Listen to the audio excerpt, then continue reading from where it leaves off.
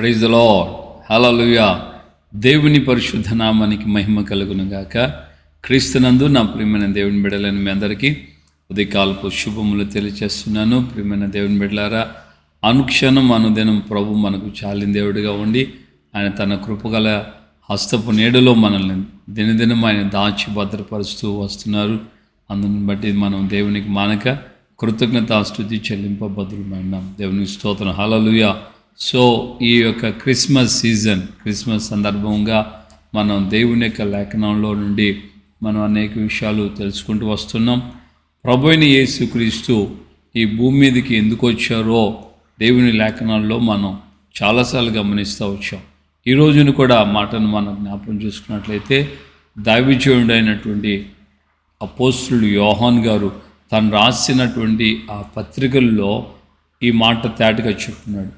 పాపమును తీసివేయడానికే ప్రభువైన యేసయ్య ప్రత్యక్షమాయును అని రాడు. పాపములు తీసివేయడానికే ప్రభువైన యేసయ్య ప్రత్యక్షమయ్యాడు. ఎలా తీసివేస్తాడు? పాపమును ఎలా తొలగిస్తాడు? మరి పాపమును తీసివేయడానికి ప్రత్యక్షమైన యేసయ్య 2024 సంవత్సరాలు అయిపోయింది. మరి ఎందుకు ఇంకా లోకంలో పాపం ఉంది?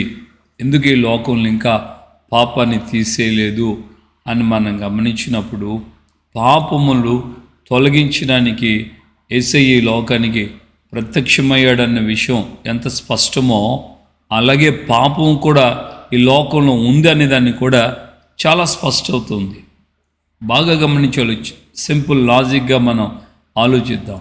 భూమి మీద ఎన్నో కంపెనీస్, ప్రపంచంలో ఎన్నో కంపెనీస్ తమ కంపెనీల నుండి సోప్స్ తయారు చేస్తున్నాయి. సోప్స్, లిక్విడ్ సోప్స్ ఉన్నాయి, అలాగే గడ్డగా ఉన్న సోపులు మనం చూస్తాం. సో రకరకాలైన సోప్స్ ఉన్నాయి, సోప్ పేపర్స్ ఉంటాయి, ఇలాగ మనం గమనిస్తాం.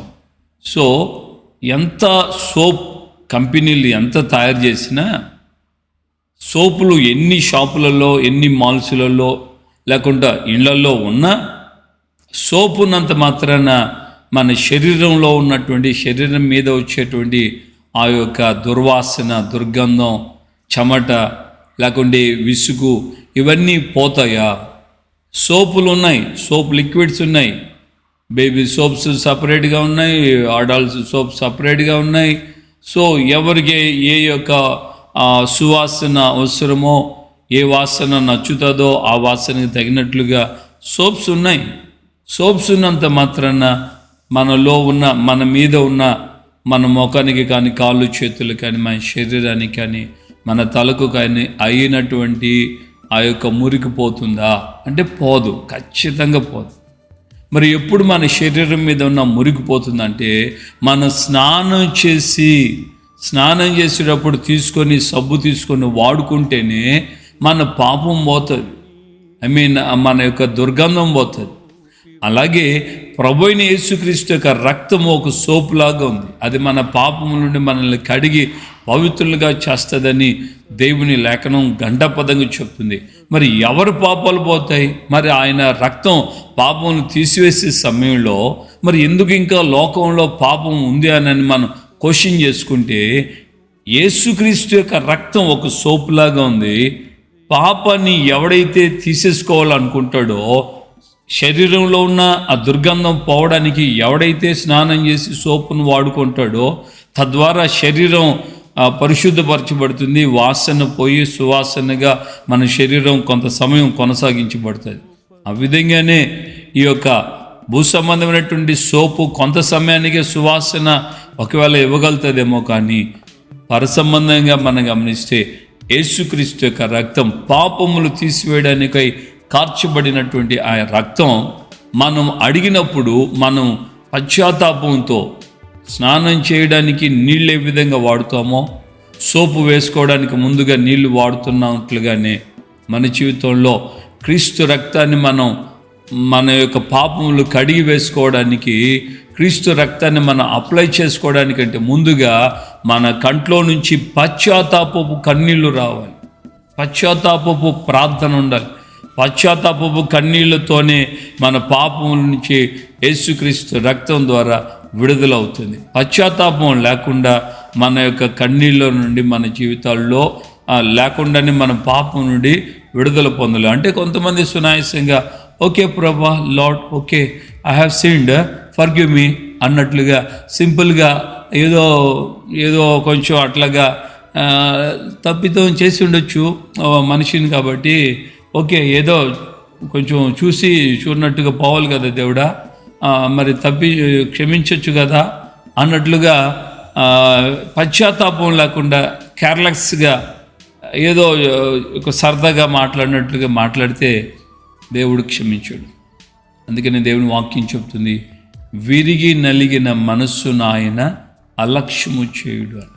దేవుడు విరిగి నలిగిన మనస్సుతో ఉన్న వారి యొక్క పాపాల నిమిత్తమై వారు చెప్పినటువంటి ఆ ఆవేదనతో పశ్చాత్తాపంతో కూడినటువంటి వారి ప్రార్థన ఆయన ఎన్నడూ కూడా పెడచెవిని పట్టాడు. చాలా జాగ్రత్తగా మరింత మనసు పెట్టి ఆయన వారి హృదయంలో వస్తున్న ప్రార్థనను ఆయన అంగీకరిస్తాడు.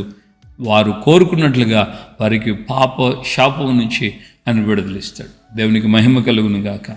పాపములు తీసివేయడానికి యేసయ్య వచ్చాడు. మరి పాపములు లోకంలో ఎందుకు నిలబడ్డాయి?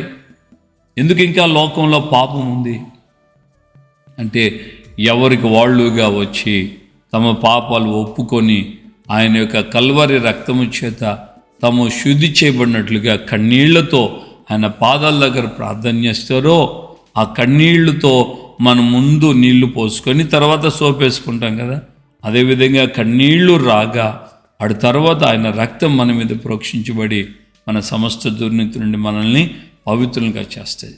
కనుక ఉదయకాలమందు దేవుని సన్నిధిలోకి నీ వ్యక్తిగత జీవితంలో నీ కొరకు సిద్ధపరచబడినటువంటి ఆ రక్తం నీ ప్రతి పాపం నుండి నిన్ను కడిగి పవిత్రులుగా చేయనట్లుగా విరిగి నలిగిన మనసుతో కన్నీళ్లతో ఆయనను కోరుకున్నట్లయితే నిత్యముగా ఆయన నీకు సహాయం చేస్తాడు. ప్రార్థన చేసుకుందాం. ప్రేమగల తండ్రి, మీకు వందనాలు. ఈ యొక్క ఉదయకాలం ముందు మీ జననం మా జీవితాలకి ఏం చేస్తుందో మీరు తాటగా చెప్పారు. అవును తండ్రి, అయ్యా మీరు జన్మించినందువలనే మీ జననాన్ని బట్టి మా జీవితాల్లో అయ్యా మా యొక్క నేను వర్తమాన భూత భవిష్యత్ కాలంలో ఉన్నటువంటి ప్రజల యొక్క పాపములు తీసివేయడానికే మీరు ఈ లోకానికి వచ్చారు. అలాంటి ఉన్నతమైనటువంటి ఆ ఉద్దేశం, ఆ పాపములు తీసివేయడానికి ఈ లోకానికి మీరు వచ్చారన్న ఆ గొప్ప సత్యాన్ని అయ్యా ప్రతి వారు గుర్తెరిగి తమ కన్నీళ్లతో తమ యొక్క పాపాలు ఒప్పుకోలు చేస్తూ మీ అమూల్యమైన రక్తము చేత అయ్యా వారి జీవితాల్లో వారు చేసినటువంటి వారి వలన కలిగిన ప్రతి పాపం నుండి విడుదల పొంది ప్రభువా మీ సన్నిధిలో వారు నడిపించబట్టుకు సహాయం చేయమని ప్రార్థన చేస్తున్నాను. ఈ యొక్క నాయనా ఈ కాలమందు నాయనా ఈ విధంగా అయ్యా ఈ మాటలు వినడానికి నీ బిడ్డలందరినీ మీరు ఈ విధంగా ప్రేమించారు, పిలిచారు, వారందరికీ మాటలు వినిపిస్తున్నారు. అందుని బట్టి మీకు కృతజ్ఞతాస్తుతులు. ఒక్కొక్క కుటుంబాన్ని, ఒక్కొక్క జీవితాన్ని అయ్యా మీరు ప్రత్యక్షమైనటువంటి కారణం ద్వారా వారి జీవితాల్లో ఇంకనూ పవిత్రపరచబడి పరిశుద్ధపరచబడి మీకు ఇష్టలైన బిడలుగా జీవించుడికి సహాయం ఇచ్చాడు. ఘనత, మహిమ, ప్రభావాలు మీరు మాత్రమే పొందమని యేసయ్య పరిశుద్ధ నామములో ప్రార్థన చేసి పొంది ఉన్నాము తండ్రి. ఆమేన్. నా ప్రభువైన యేసుక్రీస్తు కృపయు, తండ్రి అయిన దేవుని ప్రేమ, పరిశుద్ధాత్మిక అన్యోన్య సహవాసం, సమాధానం ఇప్పుడు ఎల్లప్పుడూ సకల పరిశుద్ధులకి మనకును ప్రభు రాకడ పర్యంతం కృపతోడే ఉండి నడిపించును గాక. ఆమేన్, ఆమేన్, ఆమేన్. హల్లెలూయా. ప్రభుపేట అందరికీ వందనాలు. నిత్యముగా ఆయన తన ఈ భూమి మీదకి వచ్చినటువంటి కార్యాన్ని ఆయన చేసి ముగించాడు. ఆయన పాపం తీసివేయడానికి వచ్చాడు. మరి ఆ పాపం నీలో నుండి పోవాలంటే నువ్వు నీ జీవితాన్ని పరిపూర్ణంగా నీ పాపాలు ఒప్పుకొని కన్నీళ్లతో ఆయన పాదాల దగ్గర ఒప్పుకోలు చేస్తే నేను సమస్త పాపం నుండి ఆయన నేను కడిగి పవిత్రంగా చేస్తాడు. దేవునికి మహిమ కలుగును గాక. దేవుడిని నా విధంగా పవిత్రపరిచి పరిశుద్ధపరిచినట్లుగా నీ నోరు తెరిచి నువ్వు ఆయన సన్నిధిలో విరిగి నలిగిన మనసుతో పశ్చాత్తాపంతో ప్రార్థన చేయుదువుగాక. ఆమేన్.